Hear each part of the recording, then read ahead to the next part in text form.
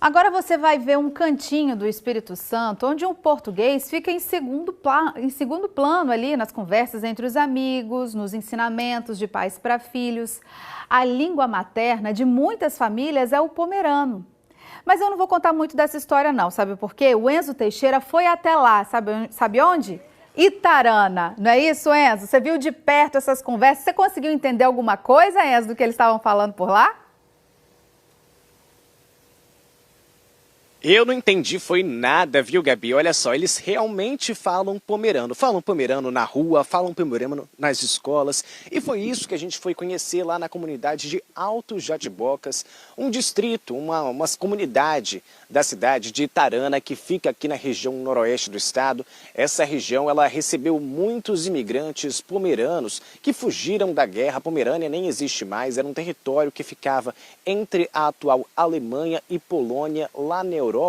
E hoje, aqui no Espírito Santo, a gente tem a maior concentração desse povo no mundo. A gente preparou uma reportagem para mostrar para você.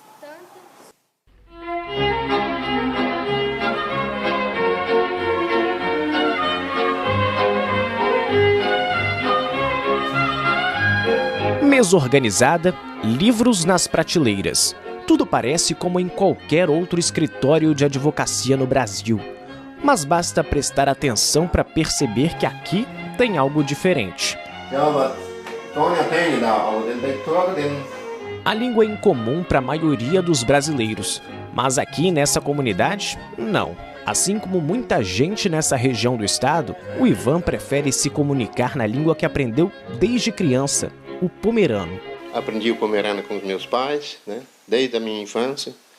Aí depois dos 7 anos, quando eu fui para a escola, ali fui aprendendo o português, né? O Carlos é o advogado do escritório. Ele é filho do Ivan e aprendeu a língua com o pai. O português só começou a falar aos 7 anos, quando começou a ir à escola. O pomerano é tão presente por aqui que ele atende os clientes nas duas línguas. Eu sempre atendo na língua em que o cliente prefere ser então atendido. Tem clientes que mais jovens que optam conversar em português, mas os clientes já idosos preferem ser atendidos em pomerano, se sentem mais à vontade, possuem mais confiança, então geralmente os idosos eu costumo atender mais em pomerano. Nós estamos na comunidade de Alto Jatibocas, no município de Itarana, na região serrana do estado. Foi para esta região que chegaram milhares de imigrantes pomeranos no século XIX. Eles vieram de uma área da Europa chamada Pomerânia, entre a atual Alemanha e Polônia. Fugiam de crises econômicas, guerras e falta de terras para plantar. As primeiras famílias desembarcaram no Espírito Santo em 1859.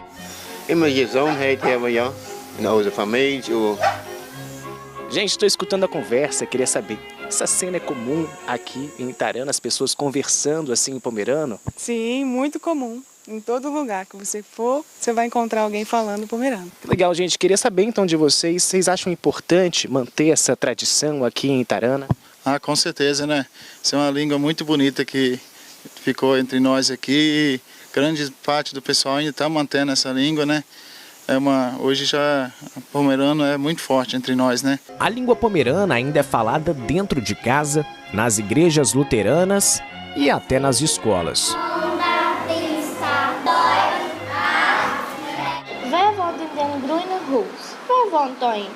In den grünen Haus wohnt ein kleiner Grünpop. Você consegue contar pra gente o que você está lendo?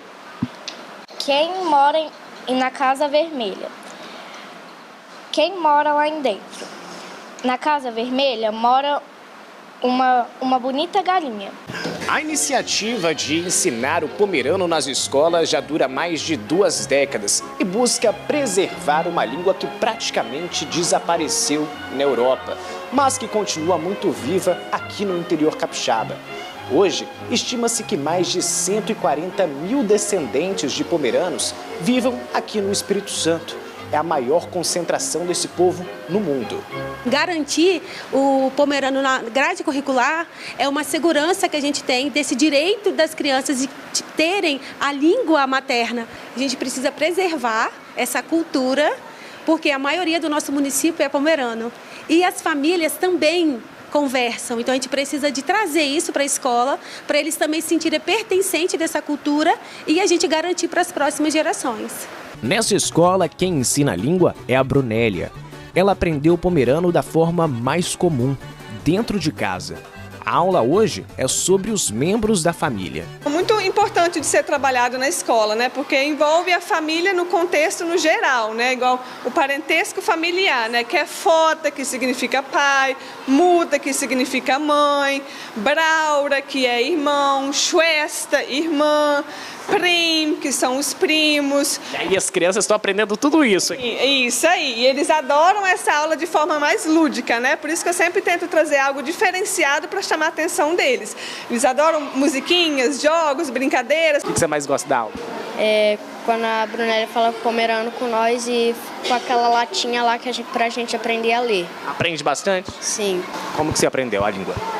Meus pais, eu aprendi com 3 aninhos. Por que você acha importante falar pomerano? Porque aí eu consigo entender mais gente.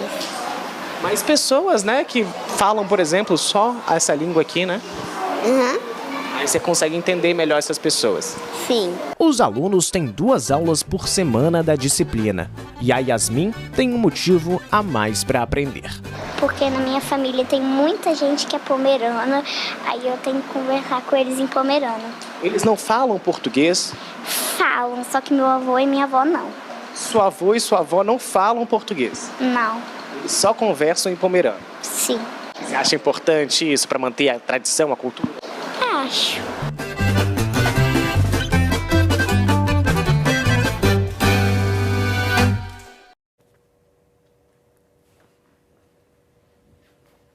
É isso, existem algumas cidades aqui na região noroeste do estado, na região serrana, que é do Espírito Santo, que receberam esse grande fluxo de imigração do povo pomerano aqui no nosso estado. E existem, então, várias pessoas que não falam nem o português, como é o caso dos avós da Yasmin. Ela contou pra gente na reportagem que os avós não falam a língua portuguesa e, por isso, ela precisa aprender o pomerano para conversar com eles. Esse programa, né, que ensina o pomerano nas escolas existe há mais de 20 anos aqui no Espírito Santo e não só em Itarana. Outras cidades como Santa Maria de Etibá, Pancas, Itaguaçu também tem na grade curricular do ensino básico o pomerano inserido como uma aula, que acontece todas as semanas, como qualquer outra, como português, matemática. E é muito legal ver o povo pomerano também preservando os costumes. A língua é só um deles. Tem a culinária também, com brote. Não sei se você já comeu, Gabi, o brote. Eu, particularmente, não gosto muito, mas é legal, é bom aproveitar, conhecer essas culturas. O casamento também é muito famoso. Aqui eles quebram louças. Me contaram, ainda não tive a oportunidade de ir em nenhum não. Gabi, conhece um pouco da cultura pomerana? Ô Enzo, eu conheço a cultura pomerana da nossa vivência aqui no jornalismo, né? Das reportagens que a gente já fez, do que a gente já viu, do que a gente já buscou de informação. E é uma cultura muito rica, fundamental que seja preservada também nas escolas, né? Esse exemplo é muito bacana, quer dizer, coisa mais linda, né? A criança que quer aprender, principalmente para poder conversar com os avós, para poder manter viva essa tradição. As tradições são muito importantes e muito fundamental que a gente mantenha elas preservadas, sim. Que tenham mais e mais e mais gerações de pomeranos aqui vivendo no nosso Espírito Santo, nossos pomeranos capixabas. Obrigada pela reportagem, Enzo. E é isso, gente. Vamos acompanhar ainda muito dessa cultura pomerana aqui no nosso Espírito Santo.